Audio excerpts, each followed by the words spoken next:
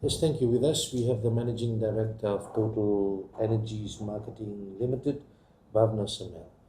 Mr. Hello. Samel, just in relation to, there's a lot being said about the fuel crisis globally. Of course, Fiji, there's a situation where Cabinet is meeting today on some of the strategies being looked at.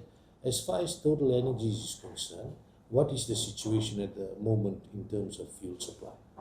Okay. So, yes, these are very difficult times because global fuel market is still very volatile.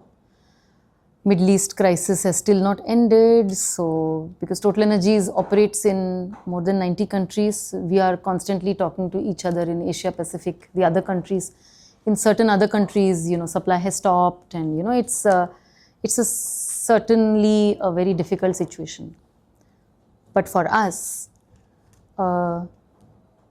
TotalEnergies historically, as our supply chain, receives fuel from two sources, from Singapore and from Korea. And in any given month, we have about 2 to 3 vessels that come to replenish our stocks. So we fill that in Wunda and Suva. We receive all the stocks that we order from Korea, Singapore, and then we have our own local coastal tanker which supplies this fuel to Malau and some other places. So this is our supply scheme.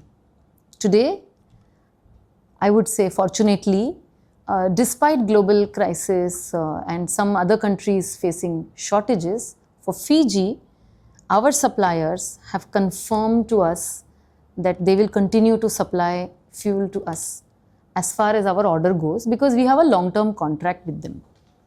So today, for example, in March, we started with some opening stock.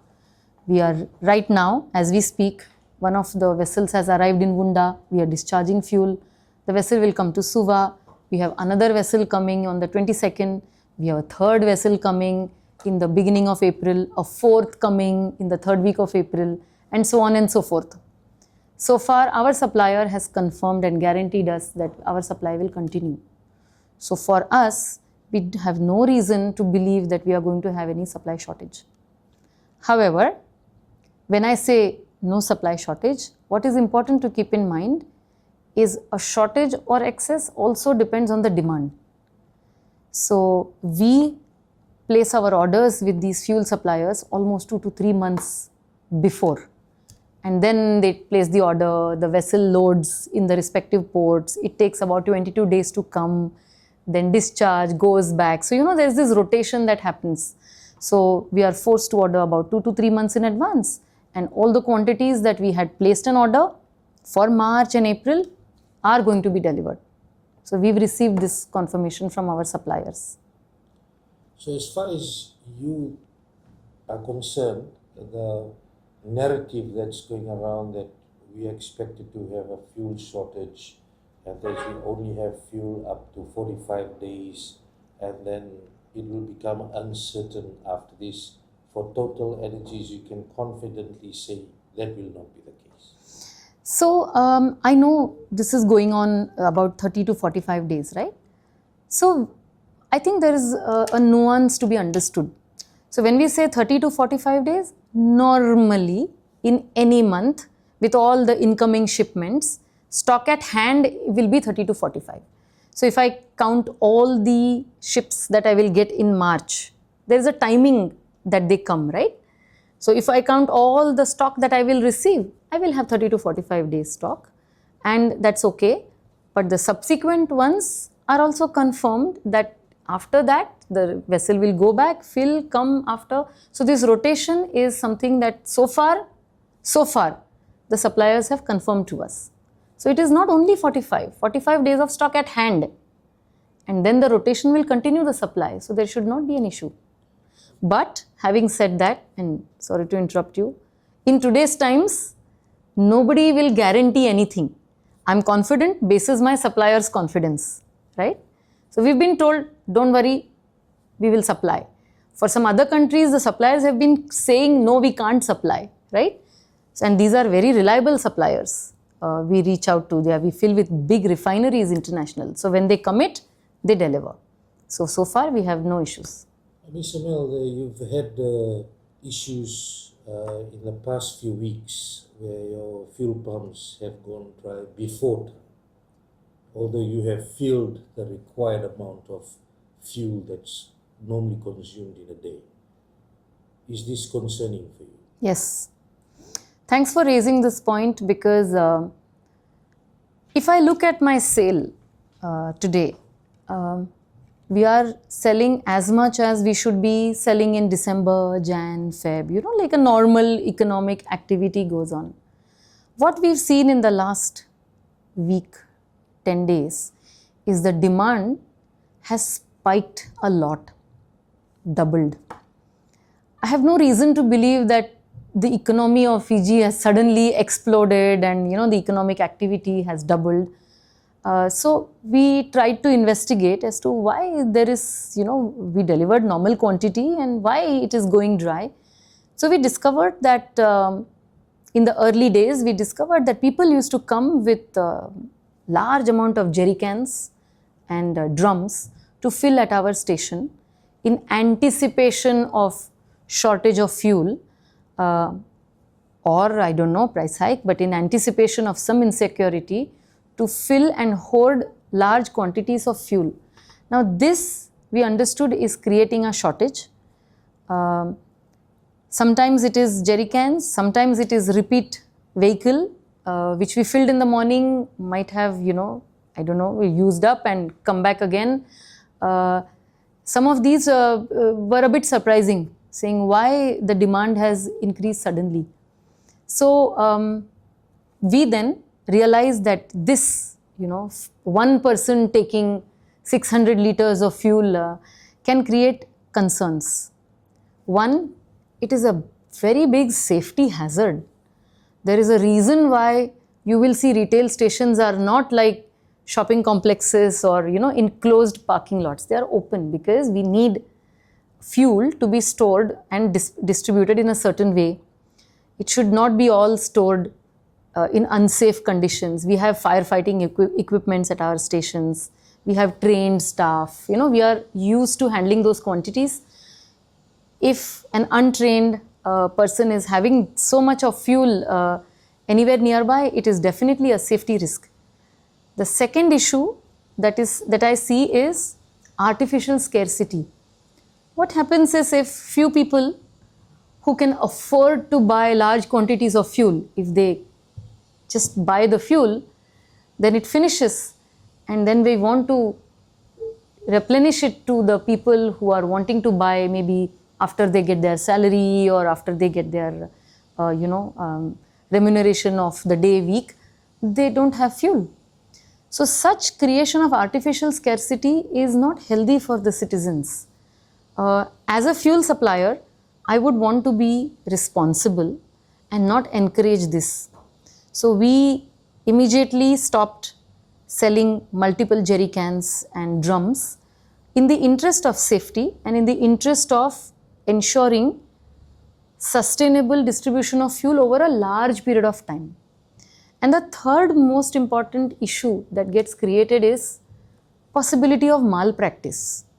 Like, if someone is storing fuel with the intention of maybe using it or making an economic benefit out of it, it just encourages certain malpractices. So keeping all this in view, we have been trying to limit jerry cans, drum filling. I say limit and not ban, because there could be genuine buyers. Like, a hospital came to us saying, we need jerry can, we need fuel in jerry can to fuel our generators. Of course we are going to give them. Some island customers will approach us with drums saying, we need to take this back to the island. We give them.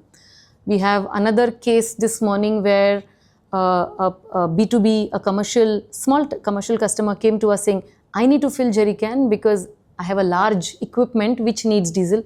Of course we will give them. So we have trained our station managers to ascertain the genuineness as far as possible. No one can be perfect, but ascertain the genuineness and try to distribute where necessary and avoid where we feel that people are coming with so many cans and all that, so that we keep the fuel.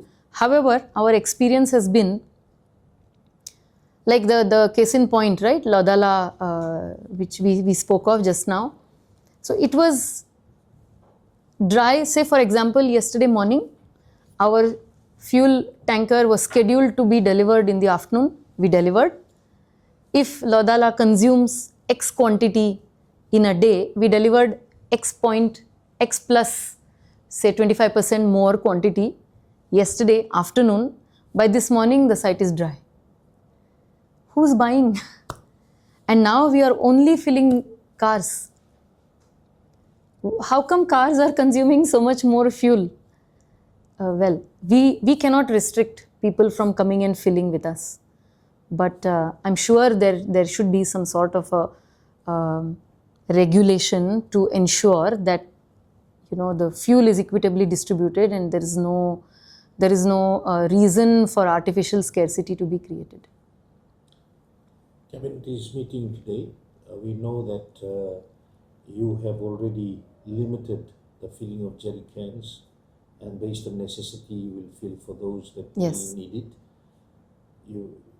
it. There's suggestions of how we can control the situation for now. If this panic buying continues, it will create a shortage for people who really need the fuel when they need it. Yeah. What are some of the solutions that you'd like to say that will work? Firstly, of course, with people not to panic buy. Okay. I believe, again, I'm not the expert, but I believe as per Petroleum Act, an individual is supposed to carry in his residence or place of work X liters of fuel. There is some regulation around that. We need to work very closely with the government and with the regulatory bodies to kind of see if they would like to impose or put this regulation on all service stations. We can share our data. They can look at how much of a sale normally happens and then limit the buying, and at stations to ensure that we are only filling the car and we register the car just the way we are doing. This is one thing we could do. Number two, I think from a safety point of view, this filling of jerry cans and drums should be stopped. I think that is the biggest concern we have. And lastly, I think any kind of fuel saving measures that we put out on our Facebook page, or the government has been very rightly publishing on their websites, or the FCCC have been publishing different guidelines. I think it is important that our citizens look at saving fuel and consuming appropriately rather than hoarding and creating shortage. So some of these are the immediate measures we take. For our employees, we already did a town hall last week. We shared with them that we should carpool, we should work from home wherever possible. Of course, right now we are dealing with a crisis, so work from home is not right, but we will, and we are encouraging wherever possible, and definitely no hoarding. That is for sure. Our employees are sensitive because they know the safety practices, but that's a larger message to be sent out to everybody.